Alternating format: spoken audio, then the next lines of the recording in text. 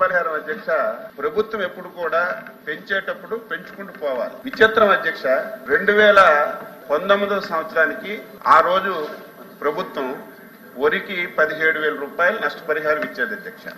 Hectare 17,000 18,000 చేయాలి, లేకపోతే 17,000 1 రూపాయి చేయాలి. వీళ్ళు వచ్చిన తర్వాత 17,000 రూపాయలది 15,000 చేశారు. ఎవరైనా 1 రూపాయి పెంచుతారు, పెంచకపోతే సైలెంట్ గా ఉంటారు, దాన్ని తగ్గించారు. ఈ రోజు రైతుల గురించి మాట్లాడుతున్నారు అధ్యక్ష.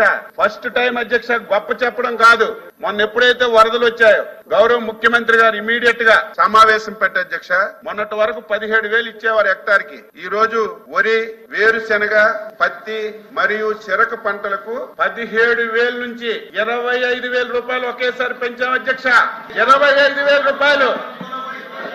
అదేవిధంగా ఇతర పంటలకి 15,000 రూపాయలు ఈ రోజు ఇన్పుట్ సబ్సిడీ ఇస్తున్నాం అధ్యక్ష. ఇవ్వడమే కాదు,